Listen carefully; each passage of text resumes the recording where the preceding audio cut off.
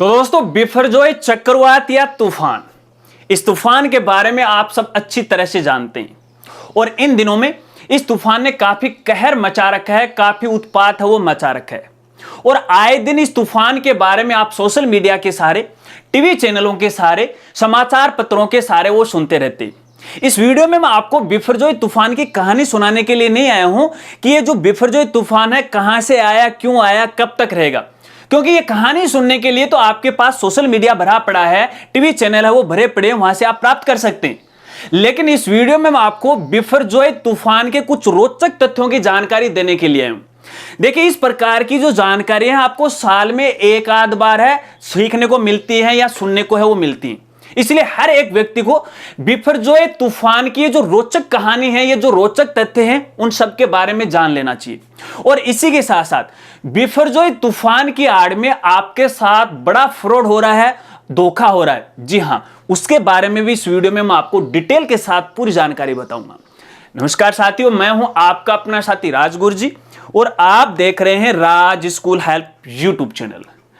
तो दोस्तों, बिफरजोय तूफान की आड़ में आपके साथ किस तरह से धोखा हो रहा है, कैसे आपके साथ फ्रॉड हो रहा है, इसके बारे में तो हम वीडियो में आगे बात करने वाले हैं। लेकिन इससे पहले बिफरजोय तूफान के कुछ रोचक तथ्यों की जानकारी आपको पहले बता देता हूं। और दोस्तों, ये जानकारी मैं आपको इसलिए दे रहा हूं, देखिए कल एक छोटा सा जो बच्चा है उसने मुझसे एक सवाल पूछ लिया और सवाल ये पूछ लिया कि अंकल, ये जो बिफरजोय तूफान का नाम रखा है ये क्यों रखा है। तो मैंने सोचा यार सवाल तो बहुत बढ़िया है, क्यों ना इसी सवाल का जवाब है हमारी ऑडियंस को दी जाए और इसके साथ साथ कुछ रोचक तथ्यों की जानकारी है वो दी जाए। और दोस्तों, शायद आपके दिमाग में या फिर आपके दिल में या फिर आपके मन में भी इस प्रकार का सवाल है वो जरूर उठता होगा कि जितने भी ये चक्रवात उड़ते हैं, ये जो तूफान उड़ते हैं, ये कहां से उड़ते हैं, क्यों उड़ते हैं, कैसे बनते हैं, इनका नामकरण है वो क्यों किया जाता है। दोस्तों, एक जानकारी और आपको यहां पे देना चाहूंगा बीच में। देखिए, ये जो चक्रवात शब्द है और ये जो तूफान शब्द है, इन दोनों शब्दों में भी अंतर है। हालांकि वैसे तो लगभग एक जैसे होते हैं, लेकिन थोड़ा बहुत इसमें अंतर होता है। हालांकि अंतर मैं आपको यहां पे नहीं समझा रहा हूं, केवल ये आपको बताने की कोशिश कर रहा हूं कि इनमें भी अंतर है। अपन नॉर्मली इसे तूफान ही बोल देते हैं क्योंकि हमारा फेवरेट शब्द जो बन गया है, ठीक है ना। चलिए बात करते हैं नामकरण की।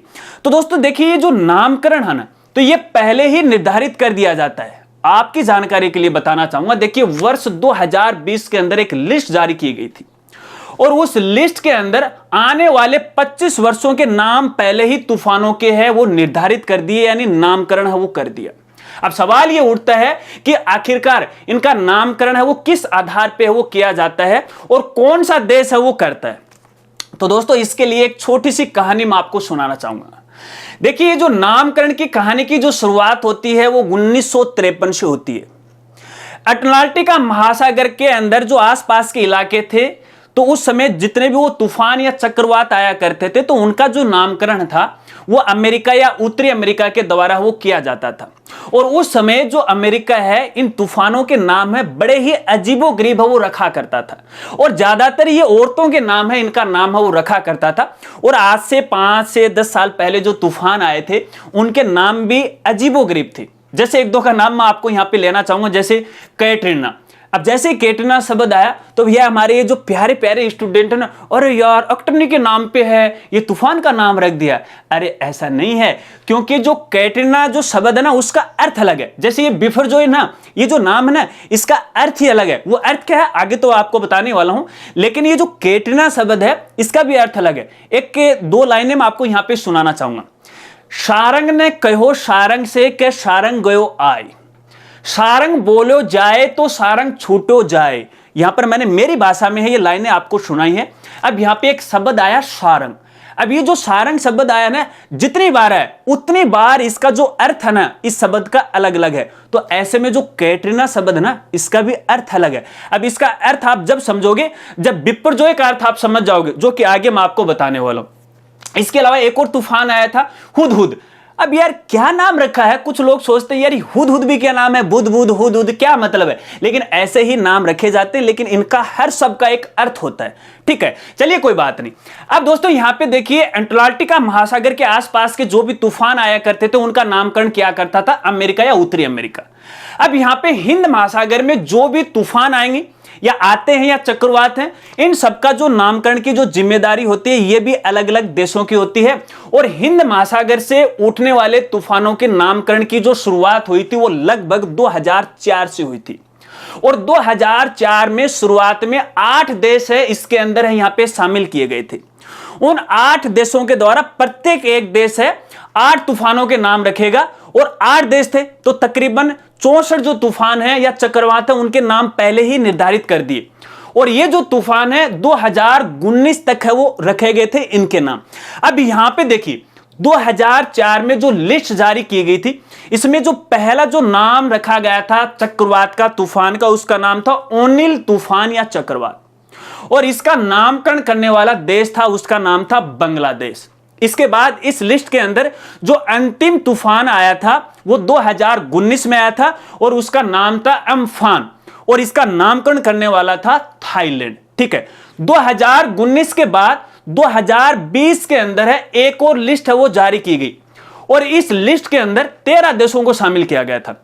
इन 13 देशों के नाम आपको यहां पे वो बता देता हूं, यहां पे कौन कौन से अपने एशिया महाद्वीप के जो नजदीकी हैं जैसे भारत, पाकिस्तान वगैरह वगैरह, मैं यहां पे नाम आपको बता देता हूं, जिसमें अपना भारत है, बांग्लादेश है, मालदीव है, म्यांमार है, ओमान है, पाकिस्तान है, थाईलैंड है, श्रीलंका है, ईरान है, कतर है, सऊदी अरब है, यूएई है और यमन। इस तरह से 13 देश हैं यहां पे 2020 के अंदर उनकी लिस्ट है वो जारी की। अब ये जो 13 देश है अगले 25 वर्ष तक, 2020 से अगले 25 वर्ष तक है आने वाले तूफानों का नाम है वो निर्धारण है वो करेंगे या उनका नामकरण करेंगे। अब ये नामकरण भी उनका निर्धारित करने की भी एक विशेष इनकी प्रकृति होती है, वो भी आगे मैं आपको बताऊंगा।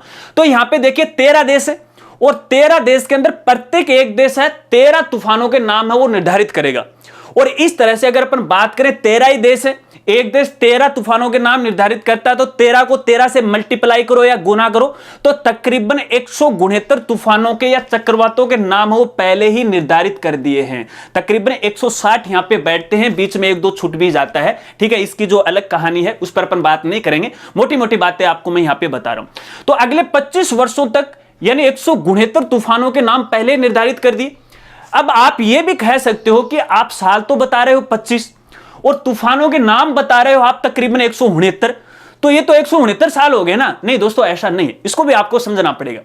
देखिए एक या जो चक्रवात होते हैं ना वो एक साल के अंदर है कम से कम 5 चक्रवात तो आ ही जाते हैं। ठीक है ना, तो इस आधार पे है एक साल के अंदर 5 तूफान को अपन मान लेते हैं। तो यहां पे देखिए 5 तूफानों के नाम एक साल में कंप्लीट हो जाते हैं, तो ये जो 69 वाला जो आंकड़ा वो पहले ही 25 साल के अंदर है वो समाप्त हो जाता है। इस बात को भी आपको ध्यान रखना। अब दोस्तों यहां पे ये नामकरण निर्धारण कौन करता है? तो दोस्तों जैसे कि मैंने आपको बताया कि वर्ष 2020 के अंदर अपने हिंद महासागर को लेकर लिस्ट जारी की गई थी 13 देशों की। तो आपको पता है कि प्रत्येक देश के अंदर अपना एक मौसम विभाग होता है, तो वो जो मौसम विभाग होता है ना वो उनकी लिस्ट है वो जारी करता है कि इस साल आने वाले तूफान का नाम ये होगा और अगले साल आने वाले तूफान का नाम ये होगा। तो अपने भारत देश की बात करें तो भारत देश ने भैया पहले ही इनकी लिस्ट है वो जारी कर दी है कि इस साल में या इसके बाद ये जो तूफान आएगा इसका ये नाम है। तो यहां पे एक दो तूफान का नाम मैं आपको बता देता हूं 2020 की लिस्ट के अनुसार। तो यहां पे देखिए जो पहला नाम निर्धारित किया गया था भारत के द्वारा उसका नाम था गति। ठीक है ना, और उसके बाद जो अगला जो नाम रखा जाएगा भारत के द्वारा वो तेज रहेगा, फिर मुरासू है, आग है, नीर है, प्रभंजन है, घ्रोनी है, अम्बुद है, जलंधी है, वेग है, ये आने वाले चक्रवातों के नाम होंगे। अब 2023 के अंदर ही अभी ये जो तूफान आया ना इसका नाम जो बिपरजॉय रखा है इसका नाम रखा है बांग्लादेश ने, क्योंकि अभी बांग्लादेश का नाम है। ठीक है ना, उसका जो सीरियल के हिसाब से उसका लिस्ट में नाम आ रखा है इसलिए बांग्लादेश ने इसका नाम यहां पे रखा है। अब दोस्तों ये देश कैसे नाम रखते हैं? तो दोस्तों मैंने आपको यहां पे बताया कि यहां पे 13 देशों की एक लिस्ट है। इस लिस्ट के अंदर जो अल्फाबेट के हिसाब से यानी एबीसीडी के हिसाब से जो पहले नंबर का देश होगा, तो एबीसीडी के हिसाब से बात करें तो बांग्लादेश है वो पहले नंबर का देश होगा। तो सबसे पहले बांग्लादेश है यहां पे तूफान का नाम है वो निर्धारित करता है। ठीक है, तो 2020 के अंदर जो लिस्ट जारी की गई थी तो उस समय जो पहला बांग्लादेश के द्वारा जो चक्रवात का नाम रखा गया था उसका नाम था निसर्ग। ठीक है ना, जो 2020 के अंदर पहला तूफान आया था। और इसी लिस्ट के अनुसार जो लास्ट के अंदर सबसे लास्ट में जो चक्रवात आएगा उसका नाम है समहा। समहाहा, और इसका जो नामकरण करने वाला होगा यमन देश होगा, ठीक है ना। अब आने वाला देखिए, फिलहाल तो यहां पे बिपरजॉय तूफान चल रहा है, इसका नामकरण किया बांग्लादेश ने। अब इससे जस्ट आगे जो तूफान आएगा उसका नामकरण करेगा भारत, और भारत ने इसका नाम भैया रख दिया पहले से ही तेज, यानी आने वाला जो तूफान होगा वो तेज होगा। इस बात को आपको खास तौर पे ध्यान रखना है। तो दोस्तों कहने का मतलब यही है कि यहां पे हर एक देश के द्वारा जो 13 देश शामिल किए गए हैं उन्होंने पहले ही अपने नाम निर्धारित कर दिए। इसी तरह से अगर श्रीलंका की बात करें तो उसने भी अपने तूफानों के नाम पहले ही निर्धारित कर रखे हैं। देखिए पहले बांग्लादेश आ गया, उसके बाद अल्फाबेट के हिसाब से इंडिया आ गया, फिर ईरान आ गया, इसी तरह से आगे पाकिस्तान भी आ जाएगा। तो पाकिस्तान भी है वो अपने तूफानों के नाम है वो रखने वाला है, जब लिस्ट के हिसाब से आगे उसका नंबर आएगा ना उस हिसाब से। तो 2020 के अंदर ये जो 13 देशों की लिस्ट जारी की गई थी ना, तो बांग्लादेश पहले वाला देश था। उसके बाद यहां पे अभी ये जो बिपरजॉय है ना, लिस्ट के हिसाब से 14वें नंबर का तूफान है। 2020 के बाद 2023 में 14वें नंबर का तूफान है। यहां पे दूसरी लिस्ट है इनकी शुरू हो चुकी है। इस बात को आपको खास तौर पे वो ध्यान रखना है।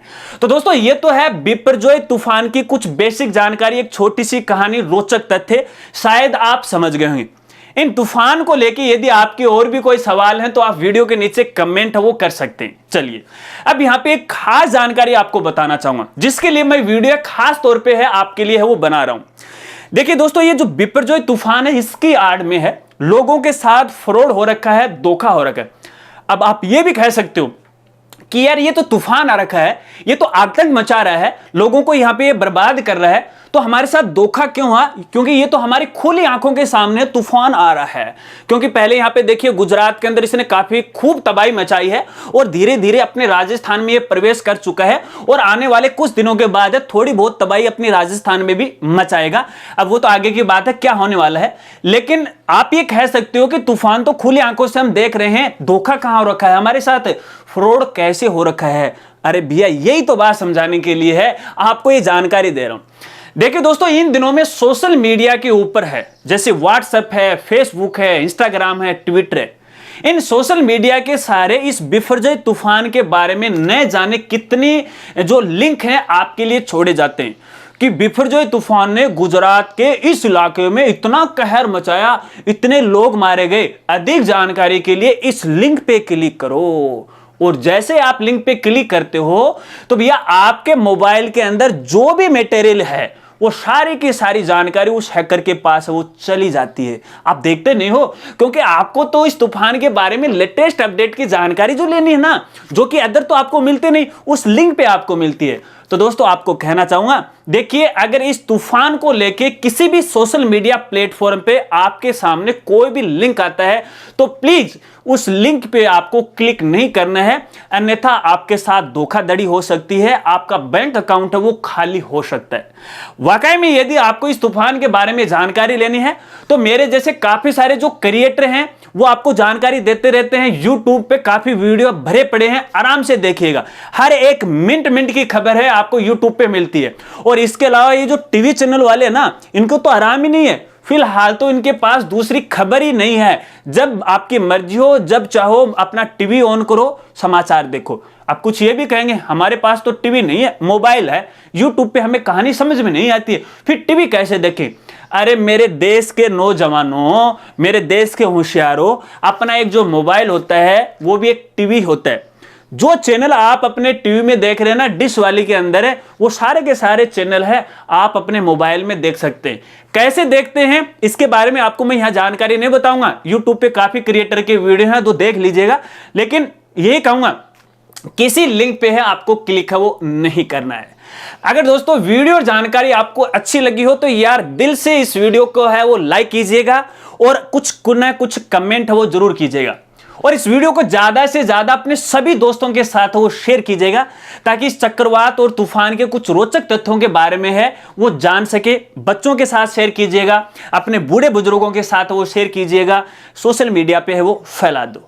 मेरी तरफ से मैंने आपको एक छोटी सी कहानी सुनाई इस चक्रवात को लेके, जो कि सबसे अलग हटके है, शायद मैं ऐसी आशा रखता हूं। और फिर से कहूंगा, यदि जानकारी आपको अच्छी लगी तो वीडियो को लाइक है वो कर दीजिएगा। और हां, आपको ये 13 देशों की लिस्ट यदि आपको डाउनलोड करनी है, देखनी है कि आने वाले 25 वर्षों के अंदर कौन कौन से तूफान होंगे, कौन कौन से देश ने क्या क्या तूफान का नाम रखा है, तो भैया वो जो लिस्ट ना आपको हमारी वेबसाइट पे मिल जाएगी, और हमारी वेबसाइट का नाम है www.rajguruji.com।